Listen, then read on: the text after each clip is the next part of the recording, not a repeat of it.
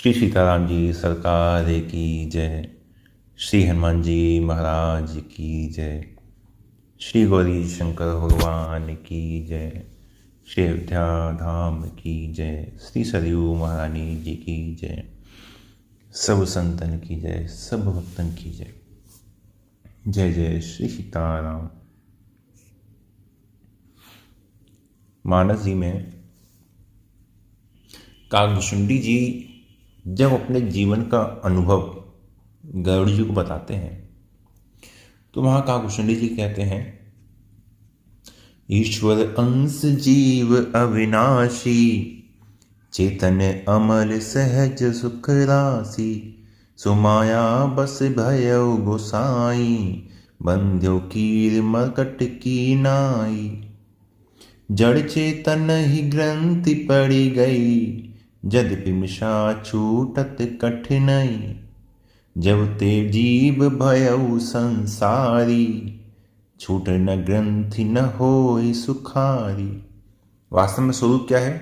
ईश्वर अंश जीव अविनाशी, ये हमारा स्वरूप है। और ऐसी स्थिति क्यों हुई? सो मायावश भयो गोसाई, बंध्यो कीर मरकट की नाई। वही जीव जो भगवान का अंश है, जो भगवत स्वरूप है, वो माया के वशीभूत हो गया और स्वयं के स्वरूप को भूलकर कैसे हो गया? बंध्यो कीर मरकट की नाई, है ना।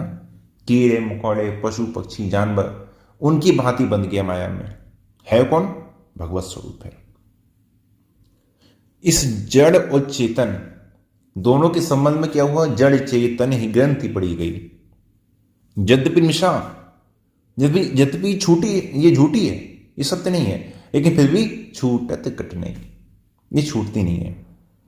जब ते जीव है वो संसारी, छूट न ग्रंथि न हो सुखारी। और ये जीव जब से संसारी हो गया, संसारी अर्थात संसार को भोगने वाला, जन्म और मृत्यु को स्वीकार करने वाला कि हाँ मेरा जन्म हो रहा है, मेरी मृत्यु हो रही है, इसको स्वीकार करने वाला। तो ये जो बीच में जो ग्रंथि पड़ गई है, छूट न ग्रंथि न होई सुखारी, ये छूटती नहीं है और जो शाश्वत सुख है, जो आनंद है, वो प्राप्त नहीं होता। श्रुति पुराण बहु कहे उपाय, हाँ वेदों ने, पुराणों ने, शास्त्रों ने बहुत उपाय कहे हैं, लेकिन फिर भी छूट न अधिक अधिक अरुझाई। लेकिन इन उपाय से, उन सभी उपायों साधनों को करने से ये गांठ छूटती नहीं है, ये और अधिक उलझती जाती है, ये और अधिक बंधती जाती है। और बंधन क्यों हुआ? जब संसार को भोगने की इच्छा हो गई ना, बस वही बंधन हो गया। उसी ने बांध लिया, उसी ने फंसा लिया। मछली आपने देखी है ना, जल में मछली की स्थिति कैसे होती है? जल में मछली बिल्कुल खुला, है ना, खुले जल में स्वतंत्र रूप से विचरण करती है, कोई रोकने टोकने वाला नहीं, जहां चाहे वहां चली जाए। लेकिन तभी क्या आया? एक मछुआरा आया, है ना, या जो लोग मछली पकड़ने का जिनको शौक होता है उनमें से एक आया। उसने क्या किया? वंशी ली और वंशी में उसने आगे चारा लगा दिया मछली के लिए। अब जो स्वतंत्र था जीव, जिसकी गति स्वतंत्र थी, उसको क्या आ गया? लालच आ गया, लोभ आ गया कि ये चारा है, तभी तो फंसाया ना। यदि उसका लोभ नहीं होता तो वो क्यों फंसता?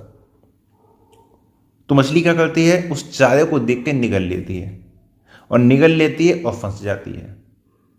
बस यही दशा है, यही दशा जितने जीव है ना, जब ते जीव भयउ संसारी, छूट न ग्रंथि न होए सुखारी। यही स्थिति सभी जीवों की है। लगता है कि भोग है, भोग में सुख है, और सुख को देखते हैं और वहां फंस जाते हैं। लेकिन भोग से सुख मिलेगा? नहीं। करोड़ों अरबों जन्म जन्मांतर में भी इन भोगों से सुख मिलने वाला नहीं है। मिले तो कैसे? वो जड़ है और तुम कौन हो? ईश्वर अंश जीव अविनाशी हो, तुम चेतन हो। भला चेतन को जड़ से सुख कैसे अनुभव होगा? उसे तो उससे सुख मिल ही नहीं सकता ना। लेकिन फिर भी हम तो बिना बात के ही दुखी हो रहे हैं। आप आज ही भगवान के हो जाओ, भगवान को स्वीकार कर लो, भगवान की शरण हो जाओ, तो आज ही आनंद है। सन्मुख हो ही जीव मोहि जब ही, भगवान ने कुछ सोच समझ के तो कहा ना कि सन्मुख हो ही जीव मोहि जब ही, कि भाई जो तुम उससे विमुख हो गया है वो केवल तुम्हें सन्मुख हो जा। बाकी जितने पाप हैं ताप हैं जो भी तुझसे हुआ है, अहम तो असद पापेभ्यो मोक्षयिष्यामि मा शुचा, मैं तुझे शुद्ध कर दूंगा, पवित्र कर दूंगा। क्योंकि वास्तव में तेरे चाहने से तो कुछ होने वाला है नहीं। राम की न चाहे सो हुई, करे अन्यथा अस नहीं कोई। उमा दाद जोशित की नाई, सभी न चावत राम गुसाई। सब कुछ करने करवाने वाले तो वही हैं। संसार उन्हीं की इच्छा से तो गतिमान है, तो वो तो कहते हैं कि ठीक है कोई बात नहीं, तू मुझसे विमुख हो गया है तो तू मेरा ही। तो भाई सन्मुख हो ही जीव वही जब ही, तू मेरे सन्मुख हो जा, तो तुझसे जो भी अपराध बन गए जाने जाने, जन्म कोटि अगनाश ही तभी, केवल इस जन्म के नहीं तेरे अनंत जन्मों के जितने पाप राशि है उन सबको जला के मैं भस्म कर दूंगा और तुझे अपने योग्य बना लूंगा। अर्थ समझे ना, कि पाप हमें लग जाए, हम पापी हो जाएं, इतनी ताकत पाप में नहीं है। पाप में हमें पकड़ने की ताकत नहीं है, हमें फंसाने की ताकत नहीं है। हम ही पाप को स्वीकार कर लेते हैं कि भाई हम पापी हैं। यदि हम उसे स्वीकार नहीं करें, यदि हम उसकी अवहेलना कर दें, उसको छोड़ दें, तो वो हमें पकड़ नहीं सकता, वो हम पर अपना प्रभाव नहीं दिखा सकता। मानव शरीर मिला है ना, कबहू करी करुणा नर देहि देत ईश्वर निहित सनी। मानव शरीर मिला है तो मानव शरीर बड़ा दुर्लभ है, भगवान ने बड़ी कृपा करके मानव शरीर दिया है ना। लेकिन ये एक मानवीय भूल कहें या एक आदत कहें कि जब कोई दुर्लभ वस्तु कोई मिल जाती है ना, तो उस समय उसकी दुर्लभता का जो ज्ञान है वो नहीं होता कि ये कितनी दुर्लभ है। लेकिन संतों की कृपा से, है ना, भगवत जनों की कृपा से, भगवान की कृपा से आप सभी को तो ये समझ में आया है ना कि मानव जीवन कितना दुर्लभ है। तो इसको व्यर्थ में नहीं जाने देना है, हर समय सावधानी, है ना। वास्तव में मानव जीवन में जो साधना कही जाती है वो साधना नहीं है, इस मानव जीवन की जो सावधानी है संसार से बचने के लिए, वही आपकी सच्ची साधना है। इस संसार का प्रभाव आप पर ना हो, वही आपकी साधना है। क्योंकि कलिकाल है, समय बहुत कम है, और जितना भी समय है ना ये भी बहुत तेजी से निकल रहा है।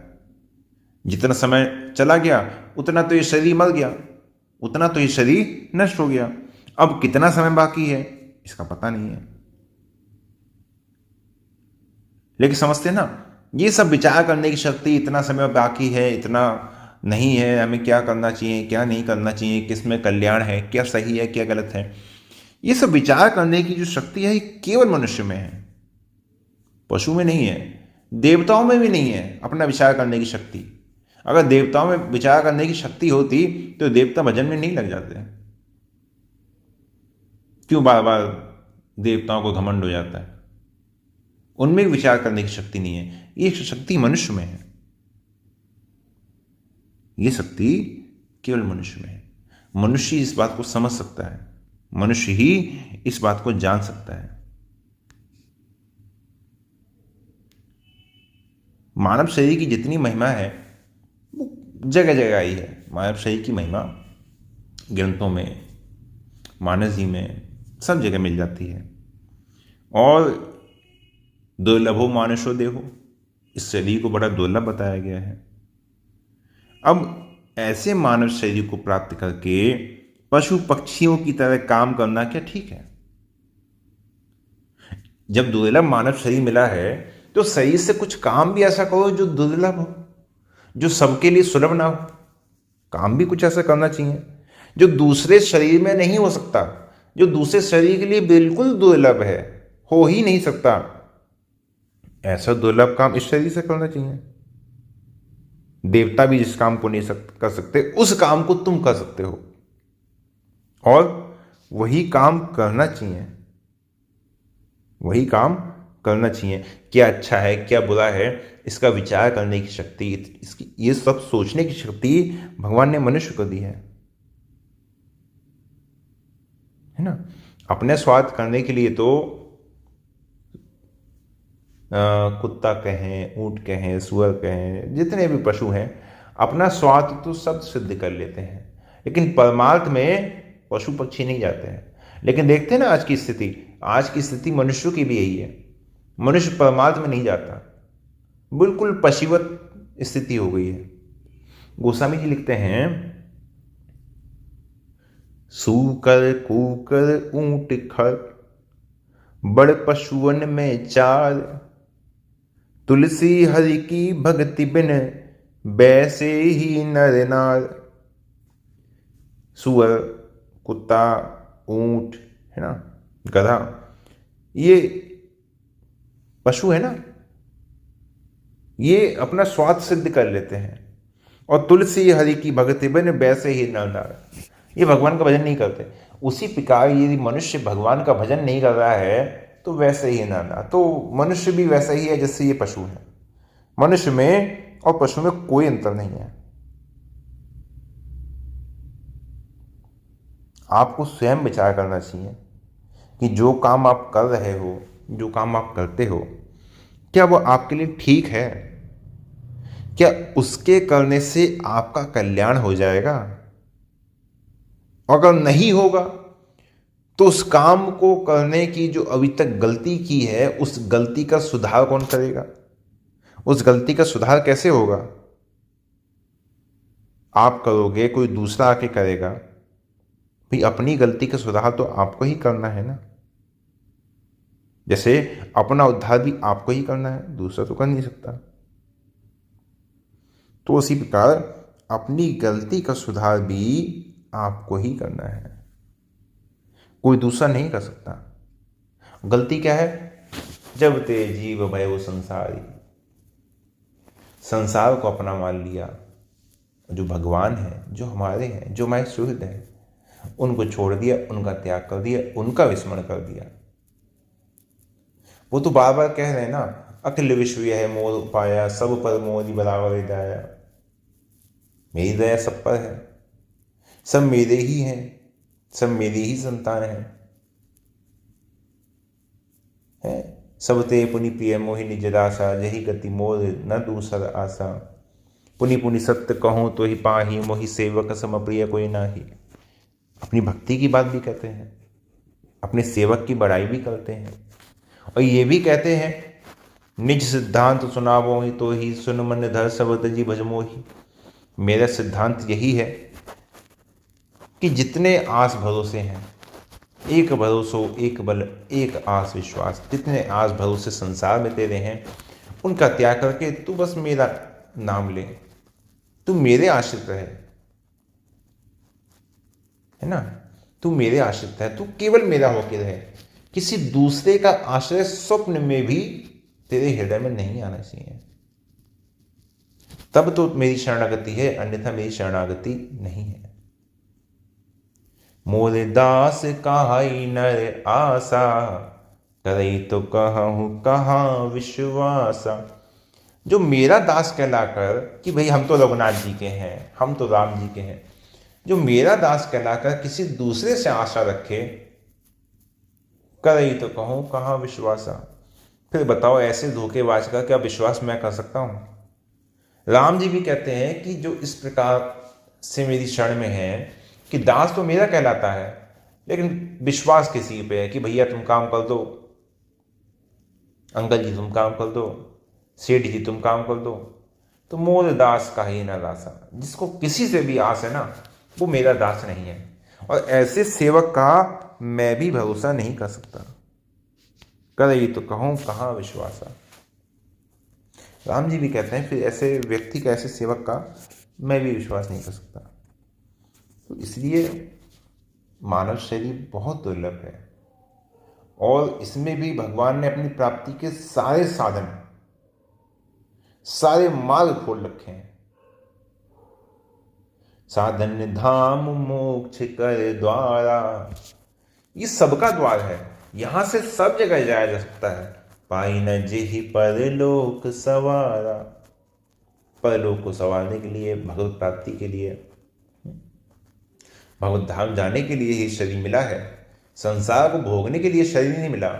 जैसे मैंने तो आप सभी से पहले भी कहा था भाई, जो आनंद आपको रसगुल्ला खाने में आ रहा है, रबड़ी खाने में आ रहा है, वही आनंद कुत्ते को सूखी हड्डी चूसने में आ रहा है। आपके और उसमें आनंद में कोई अंतर थोड़ी है, दोनों की ही स्थिति एक है।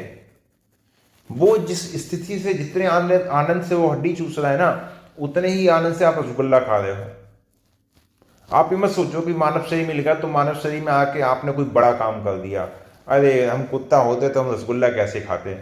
वो भी उतना ही आनंद ले रहा है जितना तुम ले रहे हो, उसके तो तुम्हारे आनंद में 10 ग्राम का ही फर्क नहीं है। वो भी उतना ही प्रसन्न है उस हड्डी से जितना तुम रसगुल्ले से प्रसन्न हो। तुम दोनों में कोई अंतर नहीं है। फिर किस बात का घमंड, किस बात की मनुष्यता। यदि भगवान का भजन नहीं किया मनुष्य होकर तो ये मानव जीवन व्यर्थ है, पशु पक्षी हो जाते हैं। कम से कम कुछ जो पाप थे, जो उस भोग योनि भोग लेते, वो तो कम से कम कटते।